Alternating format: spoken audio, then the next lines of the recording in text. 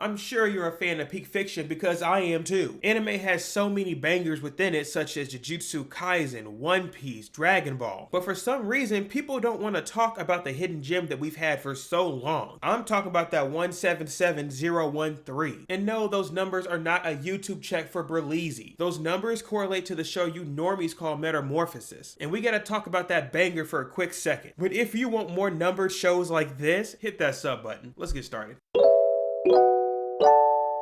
Some viewers may find the following video disturbing. Viewer discretion is advised. You're wondering what that is? Hey, you ain't gotta worry about that, big bro. Sometimes to reach peak, you have to make sacrifices. And when it comes to this title, there's just a lot of sacrifices here. But let's stop wasting time. You've been warned. Metamorphosis starts off with the graduation of our protagonist, Saki Yoshida. Saki knows that she's the one amongst her classmates that doesn't fit in. We even see her say that she never made a friend in middle school whatsoever. But anyone that's past middle school, you know that's just what middle school is. So soon as she hits high school, her mom decides it's time to be the GOAT. Now we'll find out later on that she's a GOAT in many ways, but for this scenario, she decides just to pretty her up a bit. Now you know, get rid of the glasses, put on some makeup, things like that. And suddenly, within a month's time frame, she's just a completely different person. Now I'm not the biggest fan of just being fake, but hey, do what you gotta do. And because our protag Saki made this change, she's now kind of popular. But after this, the story starts to pick up and it really spirals. One day, Saki was just chilling at the store getting some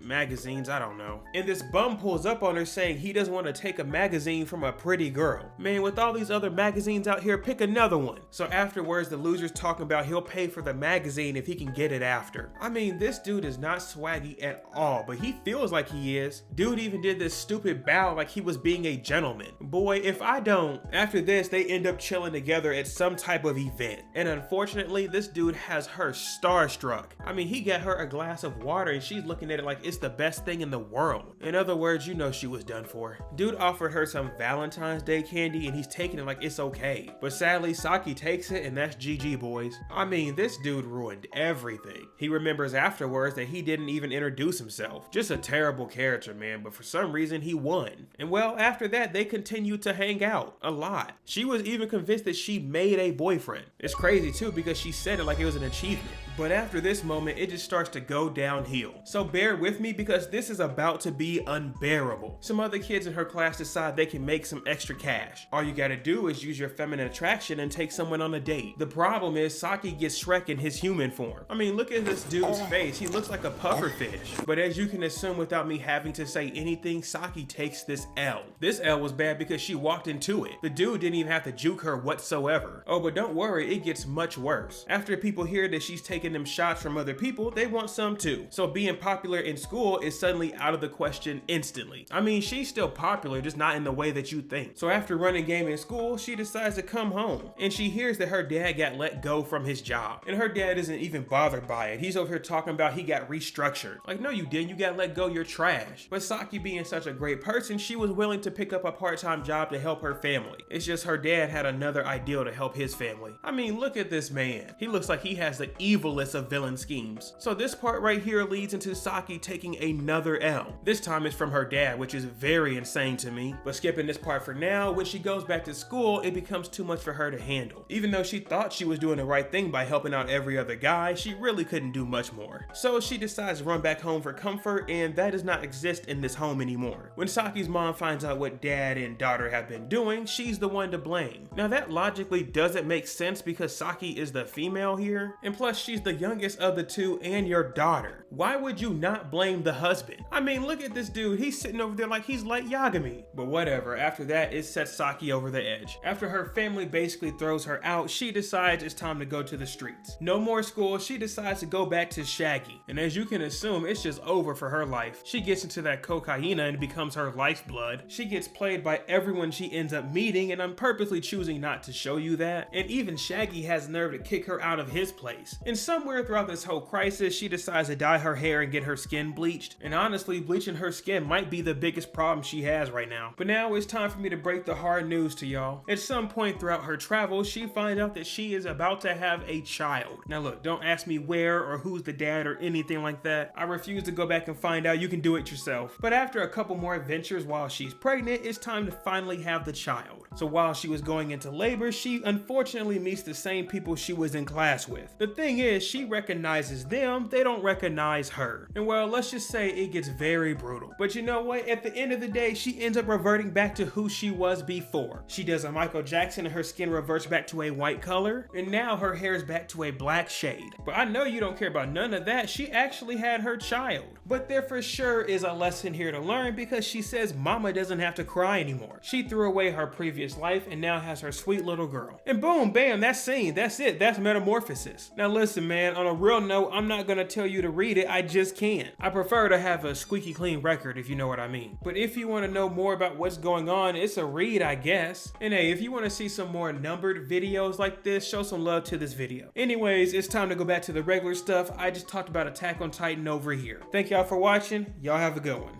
Take care.